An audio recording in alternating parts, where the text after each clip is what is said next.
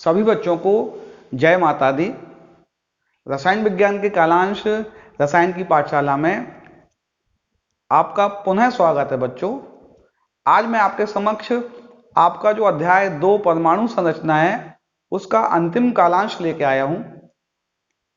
यहां आपको बच्चों आज के इस कालांश में इलेक्ट्रॉनिक कॉन्फ़िगरेशन संबंधित बहुत से एग्जाम्पल सॉल्व करवाए जाएंगे। इनके नोट्स उपलब्ध नहीं होंगे बच्चों, इसलिए पेन कॉपी लेके आपको स्वयं मैं जो बताऊंगा उसको खुद साथ साथ करना है। पॉज कर लेना, बीच में वीडियो पॉज करके उसको नोट कर लेना। इसके नोट्स नहीं मिलेंगे बच्चों आपको, है ना। ये आपको यही करना कि ये आपकी एक्सरसाइज है। इससे संबंधित जो क्वेश्चन बनेंगे हो सकता है कुछ अलग से क्वेश्चन हम आपको सॉल्व किए हुए डाल दें, लेकिन ये वाले नोट्स नहीं मिलेंगे आपको, है ना। इसलिए आपको इसको यहीं सॉल्व करना है। आइए, अभी तक हमने क्या जाना बच्चों? अभी तक हमने जाना कि एस पी डी व एफ कक्षक में क्रमशः 2, 6, 10 व 14 इलेक्ट्रॉन होते हैं। ये तो हम जान ही चुके थे बच्चों।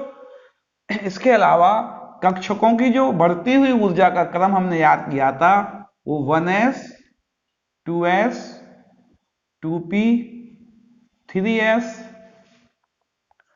3p, 4s, 3d, 4p, इसी क्रम में हमने ऊर्जाओं का क्रम भी याद कर लिया था बच्चों। 1s, 2s, 2p, 3s, 3p, 4s, 3d, n+l नियम से ये नियम हमने निकाल लिया था।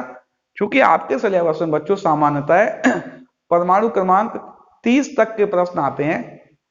कक्षा 11वीं के और कक्षा 12वीं के सिलेबस में सामान्यतः परमाणु क्रमांक 30 तक के प्रश्न आते हैं, लेकिन आपको आगे के प्रश्न हल करना आना चाहिए। कुछ एग्जाम्पल हम आपको बता देंगे कैसे करना है। आप सभी कर सकते हैं, बेसिक कॉन्सेप्ट आ जाएगा। तो अभी मैं 30 तक के लिए बता रहा हूं अभी आपको। चलिए हम इसको सॉल्व करते हैं। सबसे पहले हम पढ़ते हैं जो अबाऊ नियम था उसके एग्जाम्पल पढ़ते हैं। उदाहरण पढ़ रहे। उदाहरण में हमने आपसे कहा कि परमाणु क्रमांक 15 वाले तत्व का नाम बताइए, संकेत बताइए और उसका इलेक्ट्रॉनिक विन्यास लिखिए। कितना बच्चों? Atomic number 15। आपको परमाणु क्रमांक याद करने पड़ेंगे। एक मेरे YouTube के वीडियो में एक वीडियो भी डाला हुआ है कि हम परमाणु क्रमांक और तत्वों के नाम किस प्रकार याद करें, उसकी ट्रिक है। अगर आप पीछे जाएंगे तो देख सकते हैं कि trick to learn periodic tables.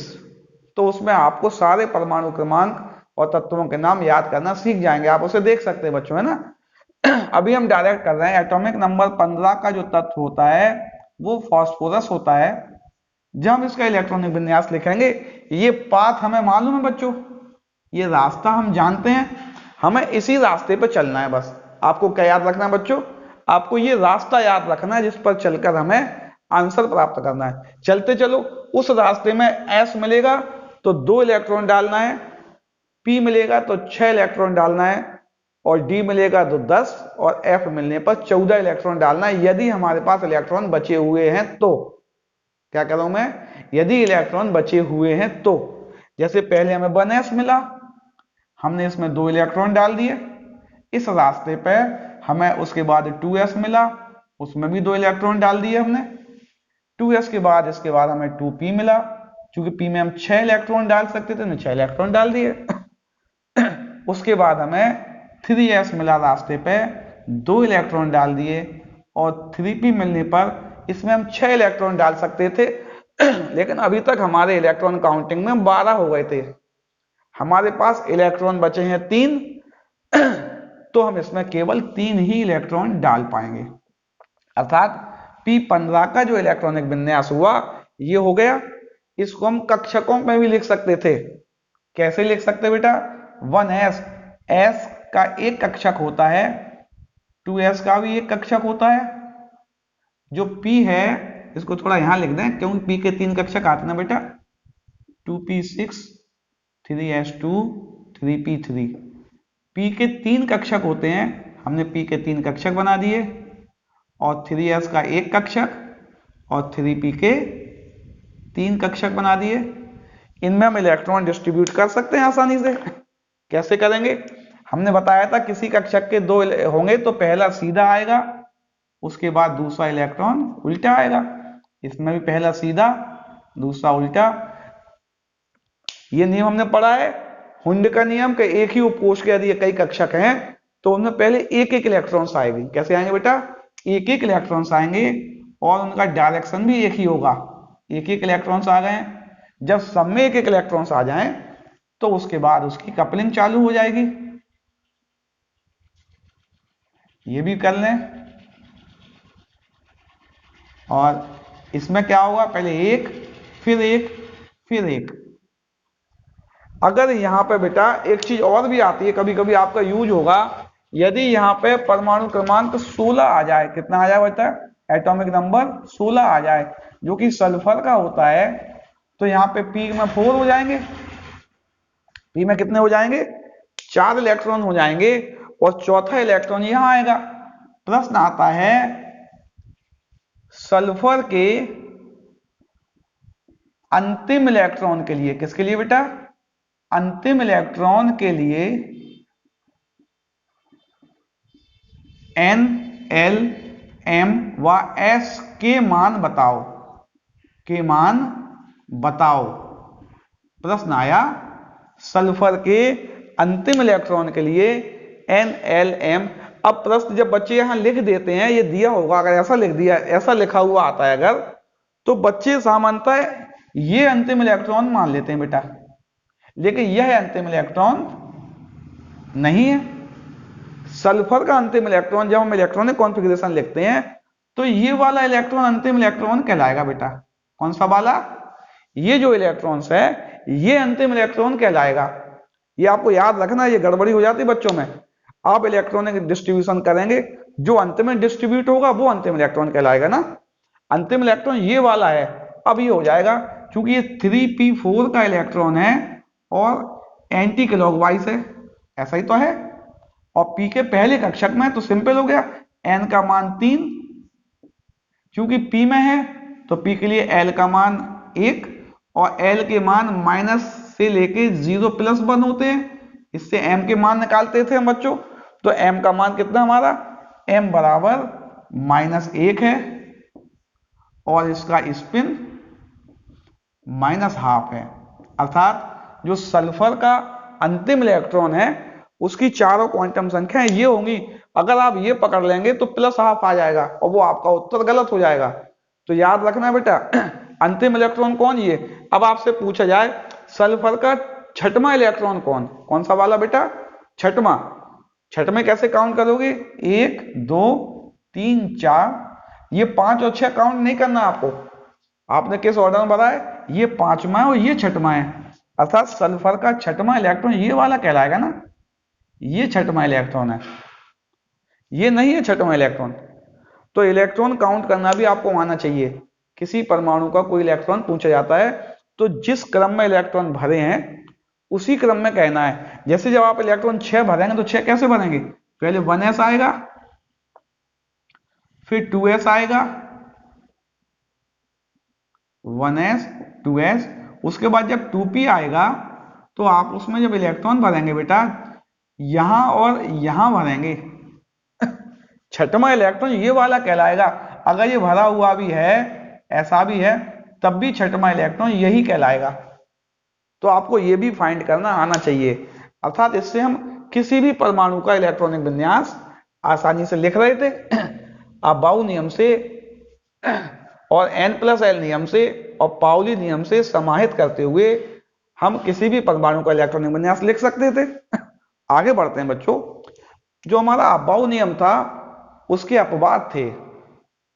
क्या थे बच्चों? अबाउ नियम के अपवाद थे। क्या थे? जैसे कि परमाणु क्रमांक जो एटॉमिक नंबर था 24, जो कि क्रोमियम का था। किसका था? एटॉमिक नंबर 29, एटॉमिक नंबर 29 जो कि आपका कॉपर का था। ये इसके अपवाद थे। क्या अपवाद थे बेटा? हम पहले इनका इलेक्ट्रॉनिक कॉन्फ़िगरेशन अबाउ रूल से लिख ही दें। इसका होगा 1s2 2s2 ये तो चल नहीं रहा यार। 2p6 3s2 3p6 और 4s2 3d4 24 हो गए। 2 2 4 और 6 10 और 2 12 और 6 18 2 20 4 24। इसका लिखें बच्चों हम 1s2 2s2 2p6 3s2 3p6 और 4s2 और 3d9। ये दोनों के सामान्यतः इलेक्ट्रॉनिक विन्यास ये होने चाहिए, इन इलेक्ट्रॉनिक विन्यास को ऐसा होना चाहिए, लेकिन सामान्यतः ये इलेक्ट्रॉनिक विन्यास ऐसे नहीं होते हैं। अर्थात अगर ऐसे नहीं होंगे तो आप बाउ नियम के ये अपवाद हो गए। होते कैसे हैं बेटा? जो क्रोमियम है उसका इलेक्ट्रॉनिक विन्यास 4s2 और 3d4 की जगह 4s1 3d5 होता है, और इसका 4s2 3d9 की जगह 4s1 3d10 होता है। किसका? ये Cr है और ये Cu है। प्रश्न आया इनके इलेक्ट्रॉनिक विन्यास अबाउ नियम से ना होते हुए ये क्यों होते हैं? प्रश्न आपको समझ में आ रहा है? ये अबाउ नियम के अपवाद हैं। क्यों प्रश्न आता है ना? इसका उत्तर है बेटा, हम इससे पहले हम जानते थे कि S में 2 होते हैं, P में 6 और D में 10 इलेक्ट्रॉन होते हैं। इसका हाफ कर दो, आधा। कैसा कर दें बच्चों? अर्धपूर्ण करें यदि हम तो S में 1 हो जाएगा, P में 3 हो जाएंगे और D में 5 इलेक्ट्रॉन हो जाएंगे। ये दोनों कंडीशन जो होती हैं वो कैसी होती हैं? स्थायित्व होता है इसमें, या स्थायी होती हैं। कैसी होती हैं बेटा? स्थायी अवस्था है। तत्वों में इलेक्ट्रॉनिक कॉन्फ़िगरेशन की ये जो अवस्थाएं होती हैं ये कैसी होती हैं बेटा? ये स्थायी अवस्थाएं होती हैं। कैसी बेटा? स्थायी अवस्थाएं होती हैं। अगर इलेक्ट्रॉनिक कॉन्फ़िगरेशन हमें ऐसा मिल रहा है तो ज्यादा अच्छी बात है। वही कंडीशन यहां आती है। ये जो इलेक्ट्रॉनिक कॉन्फ़िगरेशन है इसमें जो D है, ये D ये कैसा है? इनकम्प्लीट है। D इनकम्प्लीट है। इसका जो D है ये वाला, ये हाफ है। कैसा है ये? इसका D ऑर्बिटल अर्धपूर्ण है, इसका D ऑर्बिटल इनकम्प्लीट है।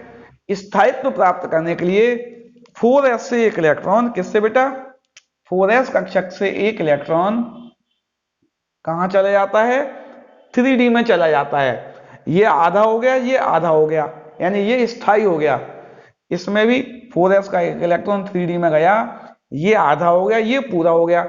तो प्रश्न था कि Cr और Cu का इलेक्ट्रॉनिक विन्यास 4s2 3d4 और 4s2 3d9 ना होकर इतना क्यों हो जाता है? क्योंकि इस स्थिति में ये स्थायित्व प्राप्त करते हैं। इनके कक्षक या तो आधे हो जाएंगे या पूरे हो जाएंगे, इसलिए इनके S का इलेक्ट्रॉन D में चला जाता है। ये प्रश्न बहुत बार आता है बेटा, कई बार परीक्षाओं में आता है।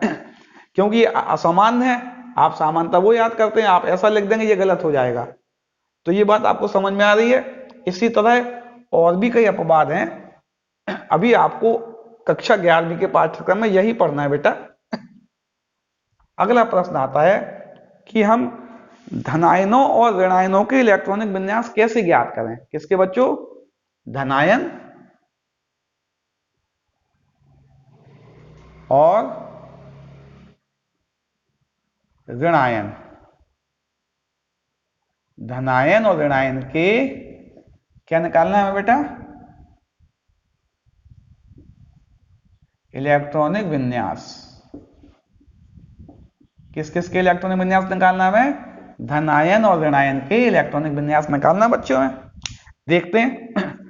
परमाणु क्रमांक आपको याद होना अनिवार्य है बेटा, 1 से 30 तक सबको याद करने बच्चों को। प्रश्न है Na पॉजिटिव। इसका हमें इलेक्ट्रॉनिक विन्यास निकालना है। इलेक्ट्रॉनिक विन्यास निकालने के लिए बच्चों हमें इलेक्ट्रॉन मालूम होने चाहिए। सामान्यतः यदि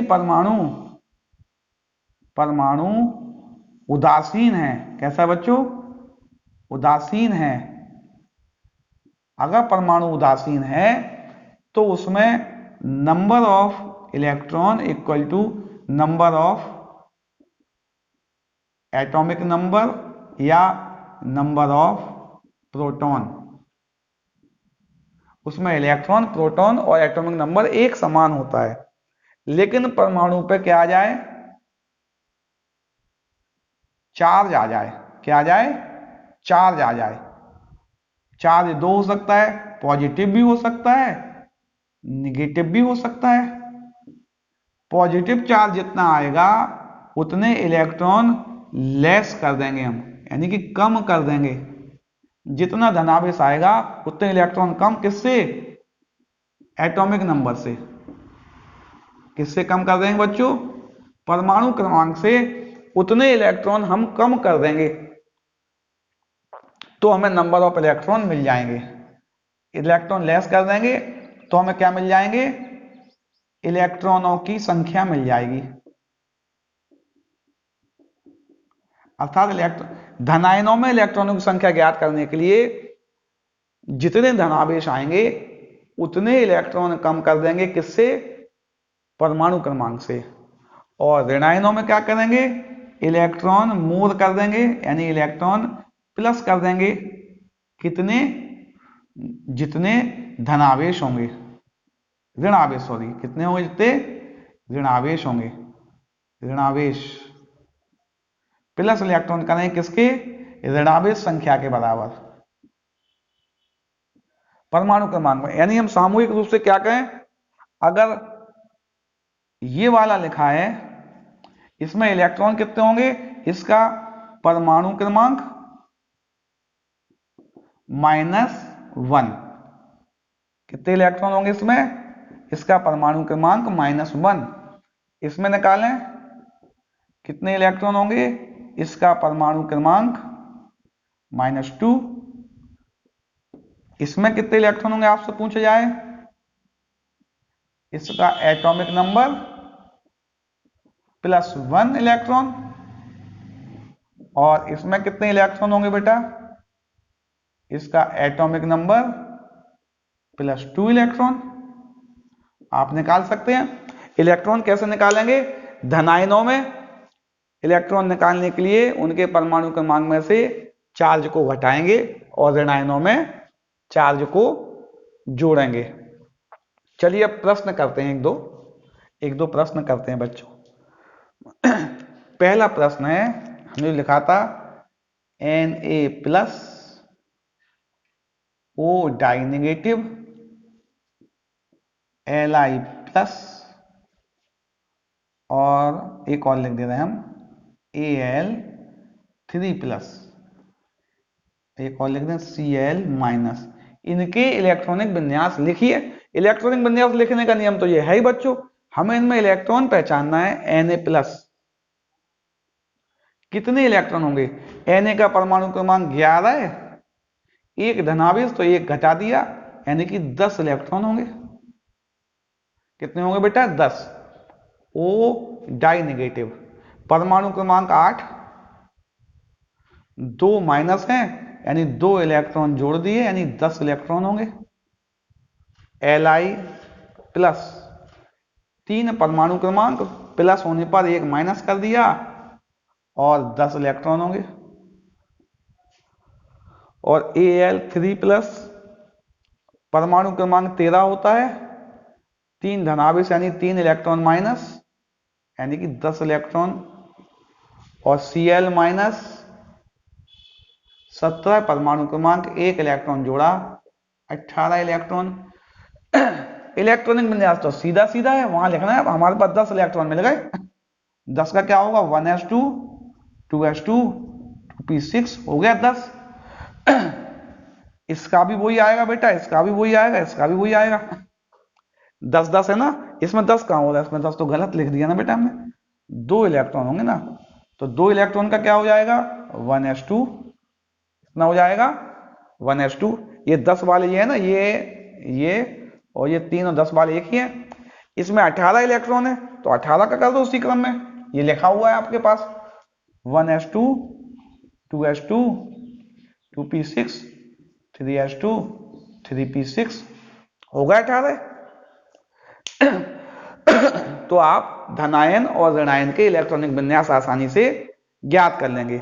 ठीक है ना बच्चों, कोई भी धनायन ऋणायन आता है, जितने धनावेश हों परमाणु क्रमांक में से उतने नंबर घटा देना तो इलेक्ट्रॉन आ जाएंगे, वो इलेक्ट्रॉन का इलेक्ट्रॉनिक विन्यास लिख सकते हैं आप। इसी क्रम में ऋणायन होंगे तब भी आप लिख सकते हैं। अब एक टॉपिक अंतिम बचा है इसका बेटा, जिसमें हमें नंबर ऑफ अनपेयर्ड इलेक्ट्रॉन्स निकालने हैं, अयुग्मित इलेक्ट्रॉन्स निकालने हैं। क्या निकालने हैं? अयुग्मित इलेक्ट्रॉन। प्रश्न है ऑक्सीजन, नाइट्रोजन व फ्लोरीन के इलेक्ट्रॉनिक विन्यास लिखिए। क्या करना बेटा? इलेक्ट्रॉनिक विन्यास लिखिए एवं इनमें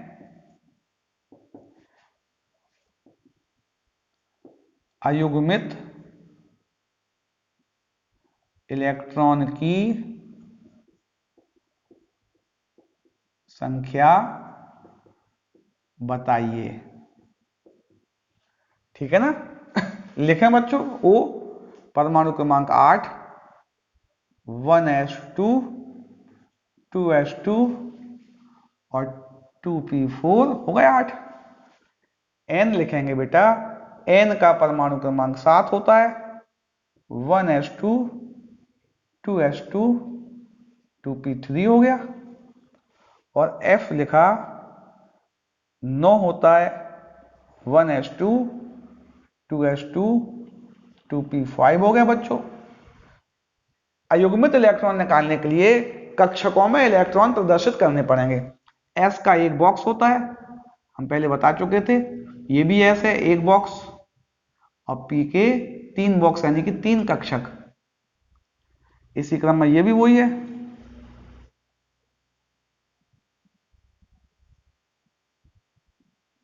ये भी इसी क्रम में लिख सकते बच्चों।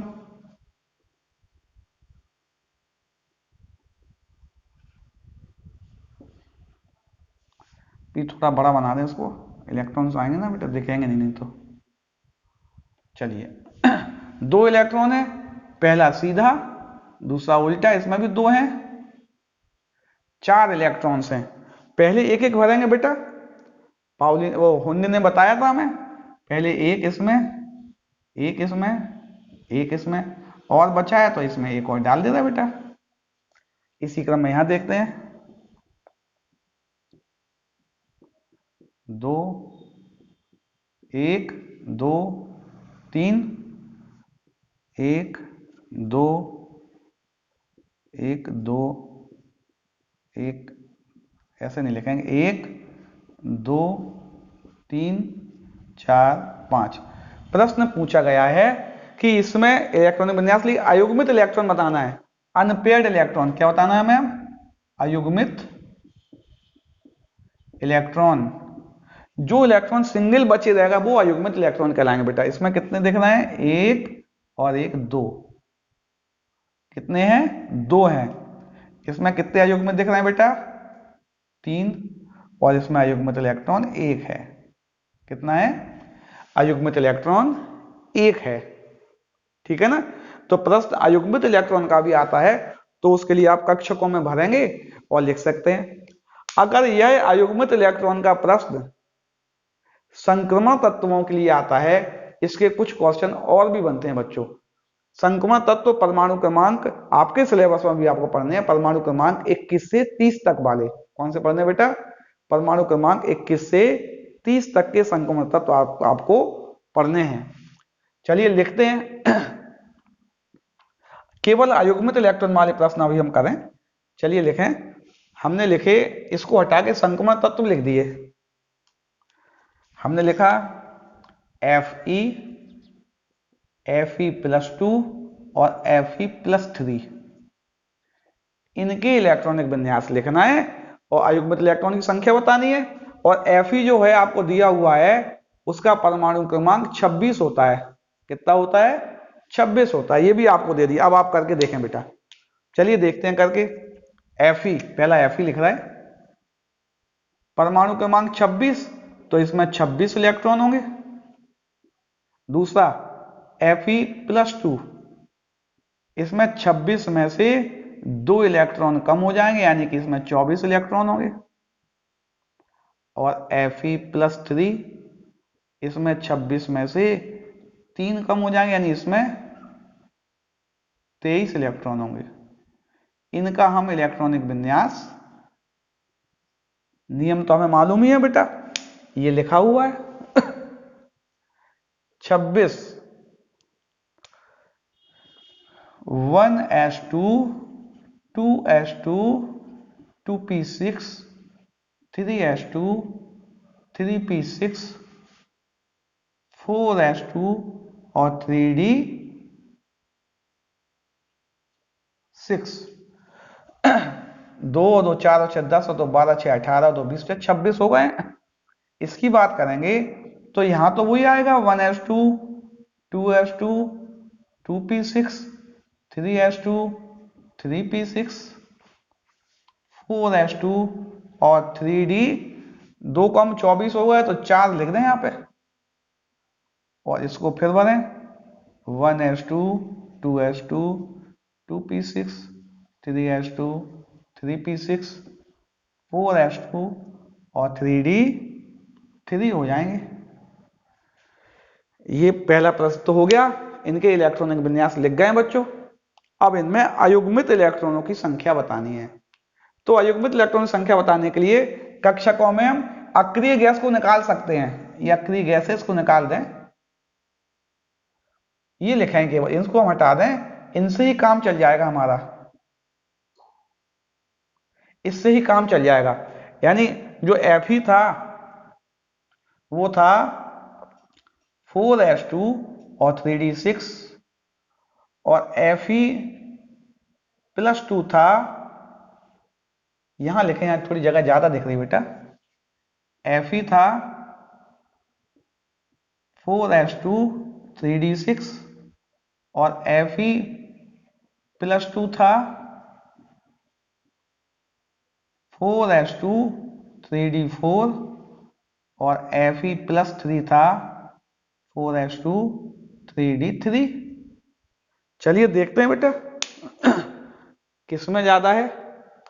Fe 4s का एक बॉक्स बनेगा और D के बॉक्स बनते हैं 5, 1 2 3 4 5, इसका एक बॉक्स, इसके 5 बॉक्स बनेंगे, इसी प्रकार इसका एक और इसके 5। 2 इलेक्ट्रॉन्स हैं, एक सीधा एक उल्टा, 6, पहले एक एक से आएंगे, फिर इसमें इलेक्ट्रॉन छठवां आ जाएगा। इसमें देखते हैं 2 3 4, ठीक है ना बेटा। इसमें देखें 1 2 3,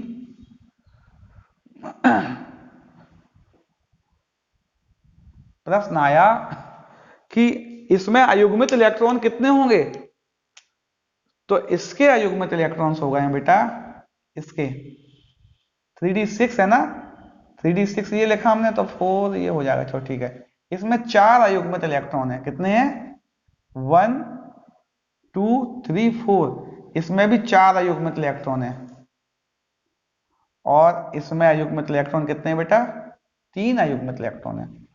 प्रश्न आया इनके अयुग्मित इलेक्ट्रॉन निकालिए, तो हम निकाल लिए थे हमने। जो Fe था, इसको एक प्रश्न और कर रहा है अभी हम बेटा, है ना, Fe था, ये Fe है, और वो इसमें कितने 6 थे ना,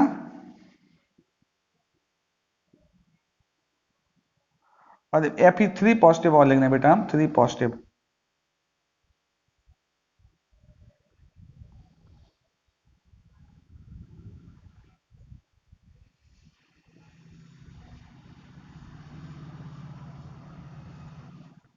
थ्री पॉजिटिव का कितना यही था ना। चलिए Fe और Fe3 पॉजिटिव की बात कर रहे थे। इसमें 4 अयुग्मित इलेक्ट्रॉन थे और इसमें 3 अयुग्मित इलेक्ट्रॉन थे। प्रश्न आता है कि ये चुंबकीय प्रकृति क्या होगी। ये प्रश्न आपकी अगली कक्षाओं में आएंगे बेटा, ये तो हम निकाल रहे हैं। जिस परमाणु के इलेक्ट्रॉनिक कॉन्फ़िगरेशन में एक भी अयुग्मित इलेक्ट्रॉन अगर है, क्या करूं मैं, अगर एक भी अयुग्मित इलेक्ट्रॉन है तो वह अनुचुंबकीय होगा। कैसा होगा बेटा, अनुचुंबकीय, अर्थात ये दोनों अनुचुंबकीय होंगे क्योंकि इन दोनों में अयुग्मित इलेक्ट्रॉन हैं। दूसरा प्रश्न, किसका अनुचुंबकीय गुण ज्यादा होगा। बच्चों उस परमाणु का या उस आयन का अनुचुंबकीय गुण ज्यादा होगा जिसमें नंबर ऑफ अनपेयर्ड इलेक्ट्रॉन ज्यादा होंगे, जिसके अयुग्मित इलेक्ट्रॉन ज्यादा होंगे। इसमें अयुग्मित इलेक्ट्रॉन 4 हैं, इसमें 3, तो इसका अनुचुंबकत्व ज्यादा होगा क्योंकि जो अनुचुंबकत्व है, मैग्नेटिक मूवमेंट है, वो हम म्यू से डिनोटेड करते थे। किससे बेटा, ये निकलता था √n×n+2 से निकलता था। प्रश्न भी आ सकता है कि मैग्नेटिक मूवमेंट निकालिए, इसका चुंबकीय आघूर्ण निकालिए। n क्या है, number of unpaired electron. n की यहाँ वैल्यू रख देंगे हम। इसमें n की वैल्यू 4 है, इसमें n की वैल्यू 3 है, वो रखेंगे हम, तो इसका चुंबकीय आघूर्ण भी निकल आएगा। अर्थात हम ये भी जान चुके हैं। एक बात और भी आएगी बेटा अगली कक्षाओं में आपकी, जिसमें अनपेयर्ड इलेक्ट्रॉन्स होंगे वो कलर्ड होते हैं आयंस। कैसे होते हैं वो, कलर्ड, उनके कोई ना कोई कलर होंगे। और जिसमें अनपेयर्ड इलेक्ट्रॉन नहीं होंगे, सारे इलेक्ट्रॉन पेयर्ड होंगे, वो कलरलेस होंगे। अगली कक्षाओं में इसकी व्याख्या भी होगी बेटा, अभी आपको डायरेक्ट याद रखना है। इलेक्ट्रॉनिक कॉन्फ़िगरेशन से बच्चों हमने क्या क्या देख लिया। स्थायित्व हमने पहले पढ़ लिया है, हाफ फील्ड